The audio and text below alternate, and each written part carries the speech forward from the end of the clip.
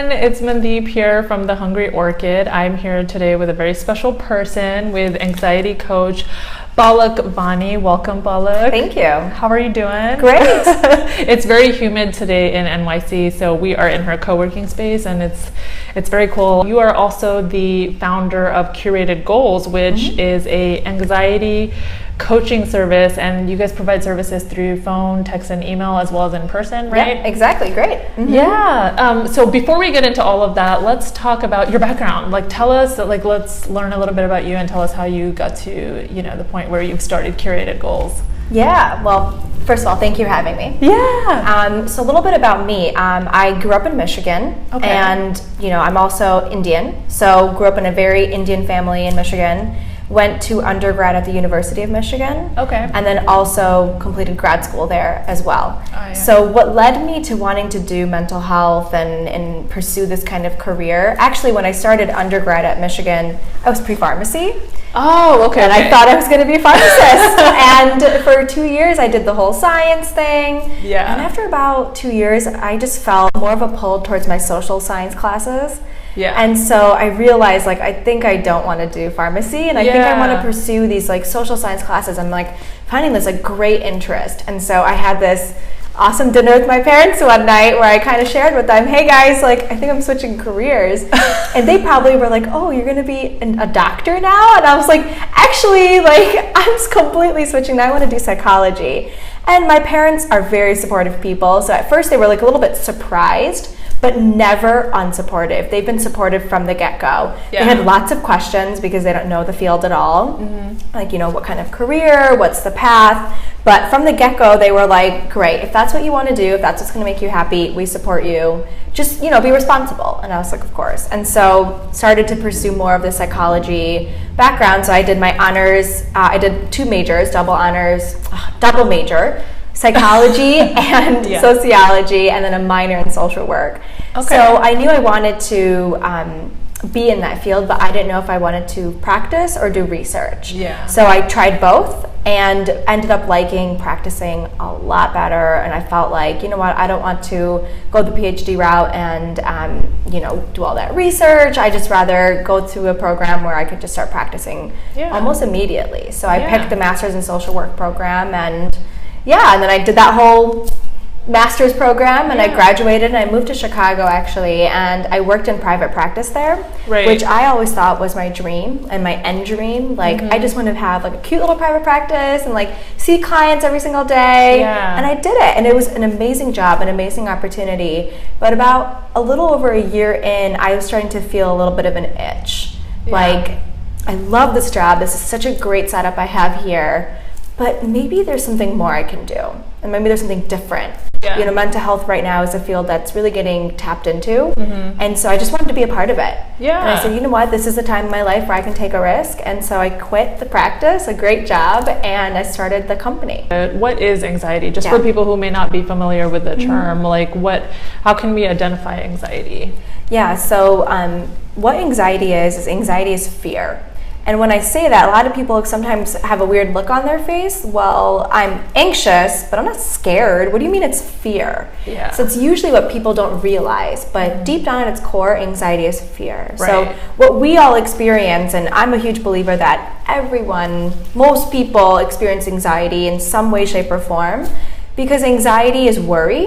So if you care about something, if you value something in your life, you're probably going to worry about it at some point. And so that can cause anxiety. So when you have the anxiety that you can't really get rid of, and one that you can't seem to let go, it's usually because there's a deep-rooted fear of some sort.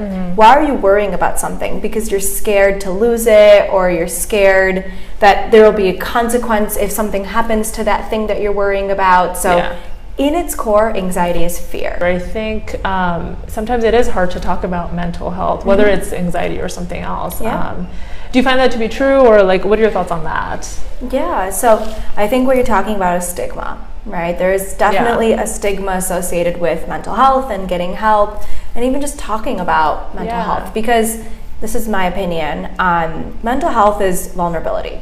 So to talk about something that's vulnerable to you is not easy for most people, right? And on top of that, for everyone to know that you're vulnerable about something is vulnerable. Yeah. So I think that's one of the reasons why it becomes so stigmatized, is because we as a society often find the need to portray ourselves in the best light, like, oh, we have it together. Yeah. We only kind of talk about the days that things are going well, that it looks picture perfect, and we don't want to share the days that things aren't going so well. Yeah. So I think that's kind of maybe a societal issue, that why are we only highlighting good things? Because that's not real life. Real life is struggle and ups and downs. And so I think that kind of maintains the taboo and the stigma, is the idea that like you have to have it together all the time. Yeah. Seems to be a lot of pressure. Lots of pressure. So I think that's part of my mission, is to help people feel empowered to talk about when things aren't going so well, because honestly, that's real life. So how do you feel, about social media and that playing into anxiety? Well, my personal opinion about social media is very neutral. I think if you know how to use it and you use it well, it can be great. But I think it can get dangerous for some people too. So there is definitely social anxiety, and social media anxiety is definitely a part of social anxiety in today's world. And I definitely see it quite often. So often it's, feeling like, you're comparing yourself to what you're seeing on your screen. And the way I always tell my clients, like what I tell my clients is, remember, you're comparing something that you're internally feeling to something that you're seeing on the external side. So a picture that you're seeing is, you're only seeing the external image of that person's life. Yeah. You're not seeing the internal anything. Yeah. And you're comparing how you feel inside to how they look on the outside. So you want to try to avoid doing that, right? But it's very hard. I think it's learning, honestly, in its core, it's becoming very confident with yourself and with your own life, and accepting yourself in your own life. Yeah. And if you get to that level, then you can see and do anything, and you should be okay. What do you think about some misconceptions people have about anxiety? Yeah, I think there's a misconception of how to approach anxiety and what to do with it, because again, our society kind of tells us to do something when we're not feeling great. So how many of you have probably heard your mom or your sibling or your friends, like if you're like, oh my God, I'm so worried, I'm so anxious, how many of them have told you, get your mind off of it? Yeah. Go do something that you love and go get your mind off of it. Stop thinking about it. That's often what we hear, right? And what we're told to do. The thing is, those techniques don't work. They actually make your anxiety worse. So that's a huge thing that I want to try to share with everyone, is if you're distracting yourself from your anxiety, if you're trying to thought stop, like stop thinking about it, if you're trying to do that, if you're trying to block the thought, or if you're trying to just avoid the thought, like, oh my God, I know I'm going to have anxiety about this today, I'm just going to go fill my schedule with things to do, I'm just going to avoid thinking about it. All these techniques make your anxiety stronger and worse, because you're just putting it off. And when you come back to it, because you will, it's going to be bigger and bigger and bigger. Yeah. So the biggest thing that I like to tell people is, if you want to reduce your anxiety, you have to face your anxiety. Don't be in denial about your anxiety. You want to face it head on, and you actually want to. I'm big into exposures. So whether it's like a physical exposure or even a mental exposure, you want to actually expose yourself to what you're scared of and what you're feeling worried about. The more you avoid it. We've heard of exposure therapy, right? Like when people are afraid of spiders, you'll be in the same room as a spider, then you'll get closer to the spider. Exactly. So it's kind of like the mental version of that, like your mental fears. Yeah. Very much so. And so that's the biggest thing, is face your fears. Otherwise, your anxiety will get bigger and bigger. That sounds so scary, though. It is, but if you do it in the right way, you start slow. Yeah. And you desensitize. Incremental steps. Yeah. And then you get to that big level. But you can't go at that first thing right away. Let's go through an example. So let's kind of talk about, one common anxiety people might have, and how you usually kind of walk people through it. Yeah, so I love to use the example in the workplace, because lots of people experience anxiety in the workplace. And like just a terrible boss, or like coworker. Yeah, I guess it could be any of those things. And the deep core fear is the fear of losing a job, right? So like the fear that I'm going to get fired. And there might be even a deeper level than that, like fear of like public embarrassment, like, oh my gosh, what is everyone going to think if I get fired, if I lose my job, right? So let's say that's the deep fear. The deep fear is that, I'm going to lose my job, and everyone around me, like I'm going to feel ostracized. Like I'm going to feel so embarrassed by everyone around me if I lose my job. That's the real fear. Yeah. Because that person probably knows like I can get another job, but they don't want that embarrassment. So that's that deep fear. So what do? We don't just like suddenly start to make them feel embarrassed and ostracized. Like that's pretty deep. We don't get there first. So we start with these like different types of mental exposures, or I like to do lots of repetition. So having a client like write a sentence out a bunch of times throughout the day, or like vocalize and say out loud the same sentence. Like the first one might be, I'm going to make a mistake on my next assignment, and just kind of like constantly exposing yourself to that thought. And then we take it up a notch, like I'm going to make a mistake and lose my job, or I'm going to be on probation, or whatever, So the next step, right? And acknowledging what could go wrong and facing it. Yes. And then maybe saying it out loud and repeating it. That sounds very... Yeah, and we even get to them. You get to that person to the level of like, I'm going to lose my job. I'm going to lose my job. I'm going to lose my job, and they say it over and over and over and over again. But the thing is, you're desensitizing. And after a little while, you might even start to chuckle. Like, wait, what am I doing here? That's the whole idea. If you overexpose yourself to something, it starts to lose its strong meaning. Yeah. And then you're kind of like, oh. Yeah. And then you're able to move on in life. Right. But if you avoid it, you're like, oh, I can't think about losing my job. And then you start writing emails. Oh, I can't think about that. Then it gets bigger and bigger and bigger. Yeah. So talk about you have a great metaphor for anxiety, looking at it like it's a bully. Yeah. Describe that metaphor a little bit. Yeah. Because I think it really works in trying to understand how to like approach these fears. Yeah, and similar to that misconception we talked about. So think of a bully. If you respond to the bully in a certain way, so if your anxiety is a bully, your anxiety bully, if you respond to the anxiety bully in a certain way, it's going to love it and it's going to keep coming back for you, right? Because it's seeing that it's getting to you. So avoiding, distracting, thought blocking, any of those techniques that we talked about, that keeps that bully coming back. Which also, when you're growing up, that's something that you hear too. When there's a bully, just don't listen to just ignore what the bully says. And it's like, no, sometimes you have to stand up to this bully and like show them that you're not a little bitch. Right, or just show them that like you don't get to me, right? Like, cool. And so instead, you want to go up to your anxiety bully and say, so what are you trying to scare me about? Oh, you think I'm going to lose my job? Well, you know what? Yeah, I'm going to lose my job. I'm gonna lose my job. And then that bully's gonna be like, And what, right? So if you start to talk to your anxiety that way, and sometimes I even tell my clients, exaggerate it. Like, I'm gonna lose my job, and then it's gonna take me 5 years to get another job. Exaggerate it. Yeah. Again, just because you say it out loud doesn't mean it's gonna happen. But when you approach your anxiety in that way, your anxiety gets bored of you. Right. And it moves on. So that's the bully. I think you mentioned that we all experience anxiety to some extent, and I think that's true, but I really don't find myself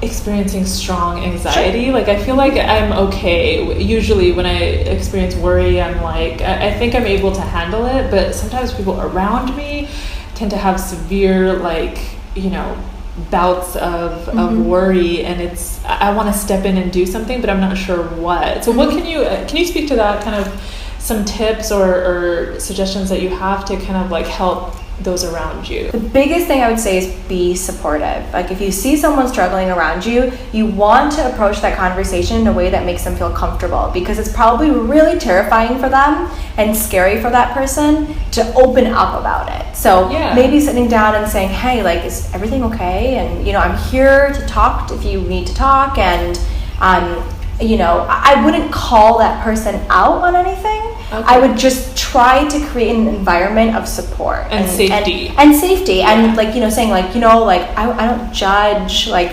whatever you're going through, I'm here. Those kinds of words I would use, and then have that person try to open up to you. And then if they're trying to open up to you about their anxiety, for instance, try not to have any judgment, okay? Because it's very hard not to sometimes, because naturally a lot of people say, well, I don't have anxiety about that, so I don't understand why that person is anxious about it. Well, you don't have to understand. And also stress and anxiety are relative to each person. So there is a reason that person is anxious about that, and sometimes you just got to respect it and support it. You don't have to understand it or agree with it. Yeah. That's another big thing, is just be there, be supportive, try to hold any judgment, and try not to relate it to your own life.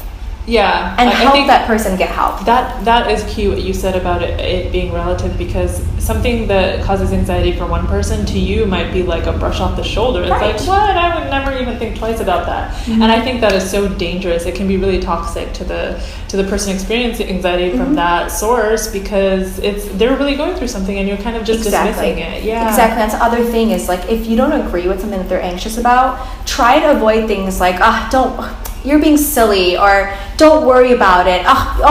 Go do something else to get your mind off. But try to avoid things like not that. Diminishing. Do not minimize it. Be like, whoa, that sounds scary. Yeah. Or I can see that you are really struggling. Right. Empathizing and etc. instead of trying to give them solutions. What is next for Curated Goals? I guess, are you guys in the infant stages or? Yeah. Okay. Well, it's just me. So right now it's just me. So I launched the company about 9 months ago in January of 2017. And right now I'm doing, 2 different things. I'm doing the whole individual client thing, where I'm working with clients, how I explained earlier, helping them make those worksheets and help them work through their goals. And the other part of the business is doing things like this, where I'm collaborating with other people and trying to do my part to fight the stigma that's associated with mental health. That's huge. That's really huge. Those are the 2 things I'm trying to do. Absolutely wonderful. So tell us where we can find you online and plug whatever. This is your floor right now. Yeah. So do what you need to do. So my name is Palak Vani. You can find me. My website is www.curatedgoals.com.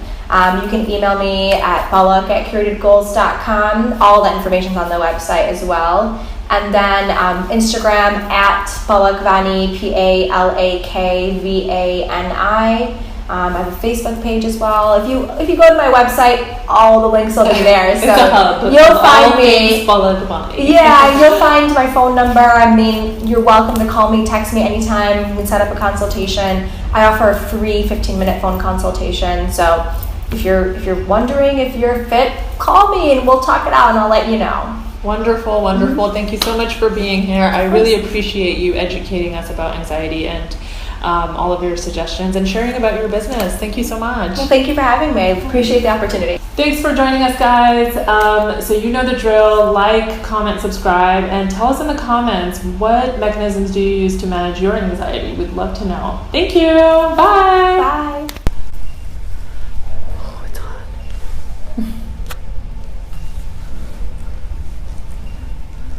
Sorry, girl. Aesthetics matter these days. Oh, I hear you.